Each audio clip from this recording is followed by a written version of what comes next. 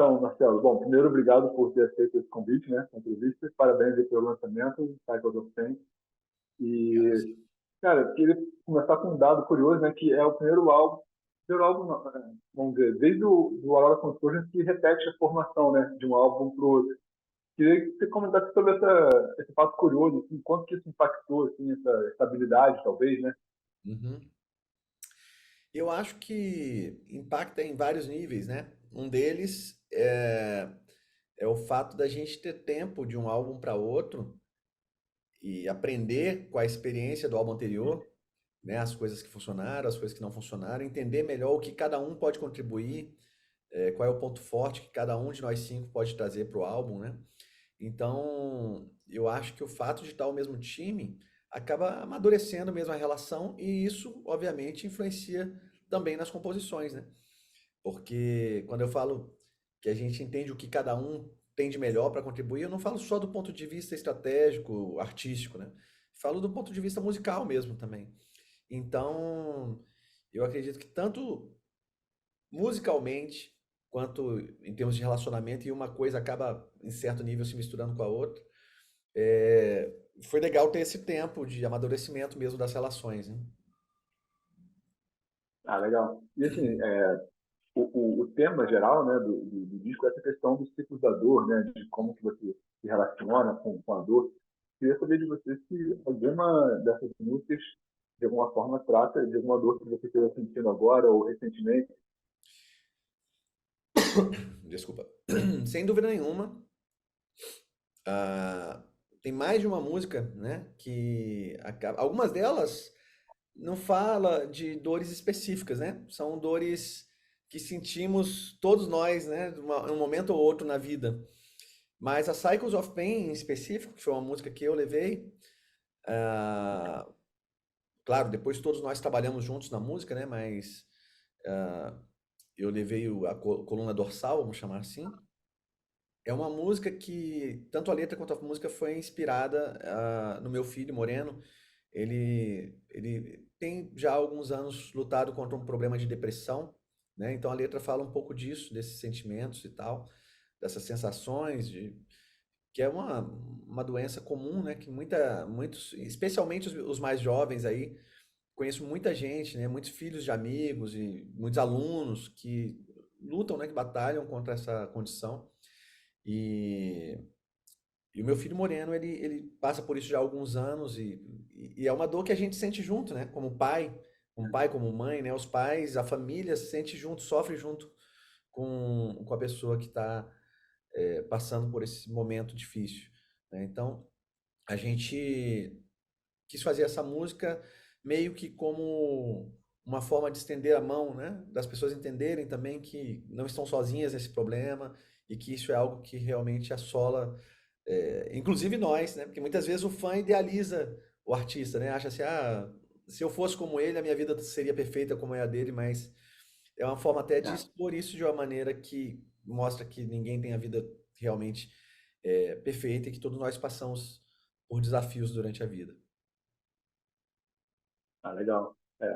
Marcelo, na Gods of the World, né, o Angra trata, ainda que não tão incisivamente assim, né, mas sobre o assunto da política, né, de uma forma geral. Só Sim. que hoje em dia, esse assunto é um tanto quanto controverso, né, tem muita banda que prefere passar longe. Como é que o Angra decidiu tocar nesse assunto e já teve algum comentário sobre, tipo, a banda tá virando uma banda que fala sobre política? Na verdade, a of the World, ela fala também de política, né? Ela fala da, das pessoas mais poderosas do mundo que acabam tomando as decisões por nós sem a gente nem saber, né? Porque eles têm um poder de influência, seja por ter muito dinheiro, seja por uma posição, e a gente acaba, às vezes, né, servindo de marionete nesse cenário, só dançando conforme a música, né? Então é uma crítica a isso, que isso com certeza envolve políticos de maneira geral, independente de partido, e envolve também, sei lá, grandíssimos empresários, e coisas do gênero, né? Que acaba que em algum nível eles andam juntos ali, né? Então é uma crítica muito clara a isso, né? E a gente achou importante e necessário fazer. né? Porque, e a gente, se você for estender isso, isso vai até no nível um pouco mais do nosso dia a dia, até grandes influenciadores da internet, né, que de repente usam ali a sua audiência para difundir uma ideia na qual eles acreditam, ou coisa assim, e às vezes as pessoas até esquecem de pensar com a própria cabeça e analisar se aquilo ali é de fato a melhor forma de enxergar um fato ou a melhor forma de lidar com um problema, por exemplo, né? Sim. E a Tears of Blood ganhou aquela versão Speed, né? Sim. Eu queria saber como é que surgiu essa ideia, assim, né? E o que você achou da participação do Kiko, né, nessa música? É, na verdade o que aconteceu foi o seguinte, quando a gente estava gravando essa música, fazendo a pré, a gente ficou na dúvida se ela ficava melhor em speed ou se ela ficava melhor com aquela versão que veio no disco brasileiro, né? Quer dizer, que veio em todos os discos. E existe um acordo já, né, contratual do Angra com a JVC, que é a nossa gravadora no Japão, que ao lançar um CD, eles pedem um single exclusivo para o Japão. Não precisa ser uma música inédita. Teve caso em que foi música inédita, mas não precisa ser uma música inédita. Mas que seja uma versão ou que seja algo diferente do que tem nos outros países do mundo, né? É uma contrapartida, vamos dizer assim. E aí a gente pensou, pô, por que não, já que a gente está na dúvida, né? Lançar as duas versões, a Speed e a versão normal, né? Vamos chamar assim. Sendo que a Speed vai como bônus track no Japão, né? Então foi muito legal que a gente pôde acabar, não precisou escolher, né? Acabou fazendo as duas e vai ter gente que vai preferir uma, vai ter gente que vai preferir a outra. E eu acho que isso é o mais legal. E o que você achou das participações? Né? Teve a Fernanda Lira e o Kiko Loureiro, né? Sim. Pô, a participação do Kiko faz todo sentido. Ele também participou do Omni, né? É um cara que é um dos fundadores da banda. Achei incrível, né? O Kiko é um grandíssimo guitarrista e mais de um grande guitarrista, um grande músico, né? E como sempre, ele gravou um solo incrível nessa faixa, como de costume, né?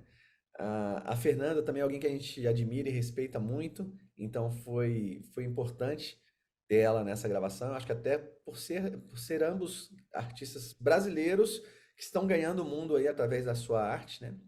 Através do que fazem. E a gente teve também, não nessa música, não nessa faixa, mas na Vida Seca, a participação do Lenine, né? Que é um cara que a gente, pô, admira demais. Eu já fui em vários shows, tenho todos os CDs, enfim, e todo mundo da banda é fã do cara. E a voz dele casou como uma luva para essa música, né? Porque tem aquela coisa do sotaque nordestino, o jeito de cantar bem brasileiro, né? Então a gente ficou muito feliz com o resultado. Por falar em Lenine, né, e essa participação de um grande nome da MPB, como é que é a sua relação com esse estilo, vamos dizer, né? Da MPB é difícil de definir, né? Mas os artistas que você mais admira, por exemplo, Caetano, Chico Buarque, essa galera, Ah, você chegou a ouvir, a ter uma relação mais próxima, assim? muito. Na verdade, eu ouvia isso antes de ouvir rock, porque lá em casa, a minha família ouvia isso. O que tocava lá em casa muito era Caetano, Gilberto Gil, Chico Buarque, Secos e Molhados, é, enfim, uma série de artistas dessa época que estavam em voga, né? E eu lembro que minha mãe, minhas tias, minha avó, todo mundo ouvia muito esse som, então eu conheço muitas músicas, sei as letras e tal, e não porque eu parei para aprender, mas de tanto ouvir, aquela coisa que vai entrando na cabeça, né? Entra, né? Djavan também, sempre ouvimos muito e tal, em casa. Então, claro que depois eu descobri o rock progressivo e outros estilos que eu gosto também. E, e também descobri alguns artistas mais novos, vamos dizer assim, né? Mais contemporâneos desse momento, como por exemplo o próprio Lenine, que não é um artista novo, mas ele já veio um pouco depois, né? Dessa safra, É. né? E ainda, falando de mais uma participação, né? Por exemplo, a Vanessa Moreno, que é uma cantora incrível, tem uma carreira fantástica também na música brasileira e só tem crescido e a gente admira muito o trabalho dela também. Então, assim, hoje eu não ouço com a mesma frequência música brasileira como eu já ouvi. Eu ouço muito mais quando eu quero me inspirar em algo ou mudar um pouco de ares, né? Tem um violonista, um compositor que é um dos que eu mais gosto no Brasil, ele se chama Ginga. Então esse cara eu ouço bastante há muitos anos, né? E tive o prazer de conhecê-lo pessoalmente já, né? Então assim, o fato é que a gente acaba usando a música não só como momento de lazer, mas como trabalho também em termos de pesquisa, de descobrir o que a galera está fazendo, né? Entender, trazer novos elementos e novas influências para o nosso som. Sim.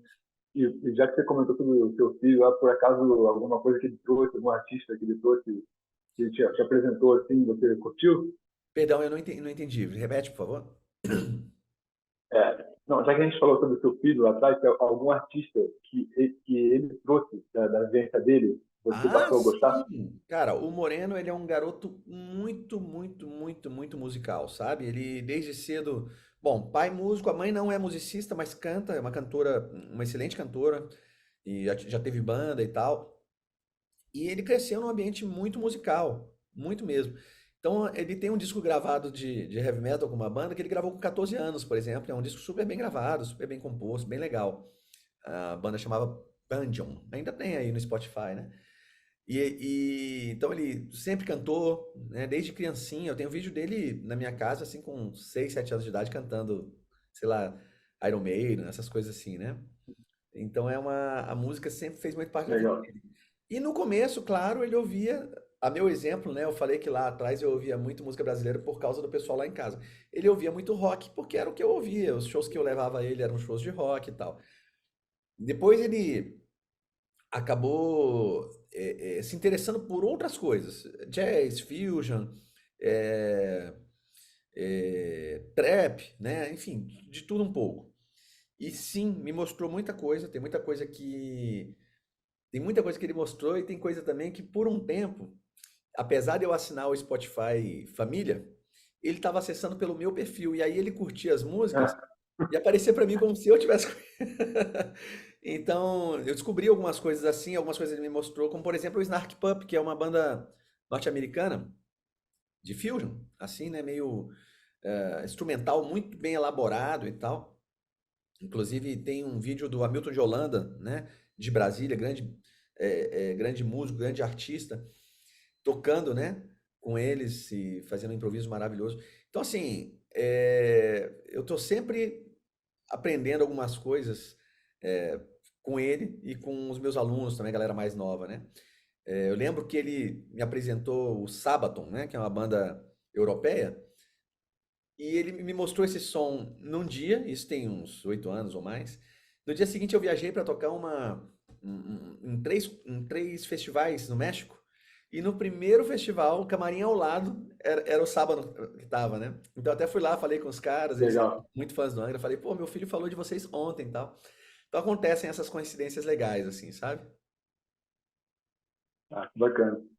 Voltando a falar um pouquinho sobre o Cycles of Pain, Marcelo, agora que já passou o lançamento e tal, você consegue escolher assim, qual você acha que foi o seu melhor trabalho como a melhor guitarra em qual música que você fez o seu melhor trabalho? Do disco. Bom, eu não conseguiria escolher uma única música. Um solo que eu acho que é muito especial, que eu gosto muito, é o da própria Cycles of Pain, tá? E muitas músicas têm um trabalho de guitarra muito interessante. O Dennis, o produtor desse disco, ele, apesar de depois terem entrado muita orquestra, teclado e tal, ele focou muito em gravar camadas de guitarra, guitarras diferentes. Gravar a base normal, beleza. Agora vamos fazer aqui uma guitarra lead que nesse momento do refrão entra. Agora vamos botar um clean aqui. Então a gente pirou muito nessa coisa de camadas de guitarra. Então tem muita coisa que tá lá e que de repente o cara que tá ouvindo ele não tá conseguindo distinguir é, guitarra por guitarra, camada por camada, porque vira uma coisa só, né? Mas tem muita coisa interessante e eu me orgulho muito das coisas que a gente gravou nessas músicas, especialmente, por exemplo, em Here in the Now, tem camadas de guitarra maravilhosas ali que, que eu ainda vou gravar um vídeo Essa é a mostrando. minha favorita. Ah, é? Ah, que legal. Essa foi uma música que eu levei também. O pessoal chamava ela de Balada Barbosa, antes dela ter um nome mesmo, né? Sim. E depois a gente trabalhou junto nelas, né? Essa é uma música que tem uma história interessante, porque ela foi composta para ser gravada no Omni. Quando chegamos lá para gravar em 2018, né, ou 17, não lembro exatamente, o produtor, o Jens, lá, o sueco, não gostou da música. Ele falou, não, pô, essa música não tem nada a ver com disco e tal. E ela não entrou. Aí agora, nesse novo CD, a gente colocou ela, deu uma repaginada, né? Mudou algumas coisas. O Fábio entrou com algumas melodias um pouco diferentes também. E a música entrou e tem sido uma das favoritas da galera, que é a música que tem a participação da Vanessa também, né? Da Vanessa Moreno, arrebentou, assim, calhou como uma luva. Aliás, falando de bônus, né? Tem uma bonus track dessa música cantada inteira pela Vanessa, que a gente lançou. Os brasileiros sempre falavam, poxa, só tem bônus track pro Japão, por que que não tem pro Brasil? Aí dessa vez a gente fez uma outra versão com a Vanessa cantando a música inteira e tem essa bônus também pra gente aqui. Legal. Marcelo, minha última pergunta é o seguinte: para quem não conhece muito sobre guitarra e tal, como que você explicaria para alguém que quer saber como diferenciar assim, esse solo aqui é do Marcelo ou do Rafael? Como é que Ah, você legal. explicaria? Cara, é difícil pelo seguinte, quer dizer, é fácil pro guitarrista, né? Um guitarrista Pois é. experiente. Mas como a gente já tá tocando junto há 8 anos, né? Em muitos momentos rola uma simbiose, sabe? Eu me vejo de repente tocando coisas que eu me influenciei pelo Rafa, e acredito que aconteça o contrário também. Tanto que teve gente que me parabenizou por solos que não fui eu, que me mandou, pô, o solo da Vida Seca tá lindo, você arrebentou. E eu falei, cara, esse é do Rafa. Né? Então, assim, e a gente também, na hora que tá gravando, a gente toca muito a figurinha. Eu mando pra ele os solos que eu tô gravando, se ele não estiver junto comigo, e vice-versa, ó, o que que você achou? Aí, às vezes, um dá um pitaco no solo do outro, né? Ó, eu achei que nessa parte aqui faltou, né, tal coisa assim, ou você poderia. E muitas vezes a gente concorda com aquela opinião e acaba, né? Então algumas coisas são feitas meio que juntos, assim, não no sentido da construção nota por nota, mas, né, existe essa parceria nesse sentido também. Bom, deixa eu tentar colocar aqui alguns elementos que podem podem fazer sentido. É porque tem uma coisa da linguagem, eu ia falar tecnicamente, mas a técnica, pô, você tem na guitarra paletada alternada, você tem o tapping, por exemplo, tem sweep picking, né, que normalmente você usa fazendo arpejo. Tanto eu quanto ele, a gente se utiliza muito de todas essas técnicas, mas cada um de uma maneira diferente, né? Então, eu acho que o Rafa tem uma linguagem um pouco mais claramente rock barra metal, na maior parte do tempo. Não que ele não saiba fazer outras coisas, mas. Né? E o que eu ouço, principalmente os gringos falarem, é que a minha linguagem é um pouco mais fusion. Ela tem algumas frases um pouco mais. Não digo jazzísticas do ponto de vista. Um jazzista ouvindo isso talvez discorde, mas para um metaleiro, entende? Então eu acho que essa complexidade na escolha de intervalos e de notas, né? Que vem muito do jazz, do fusion e tal, eu uso bastante. Então, normalmente quando pinta isso, é um solo meu. Quando é algo mais estranho, então é seu. Sim, estranho não necessariamente no sentido de ser bizarro, mas de repente surpreender pelos caminhos que foram escolhidos ali melodicamente falando, né? Entendi. Pô, legal. Então, obrigado, Marcelo, pela entrevista e boa sorte aí novamente com o lançamento, com os shows e a gente se vê aí na estrada. Legal, Gustavo, eu que agradeço, tá? Foi um prazer conversar com você.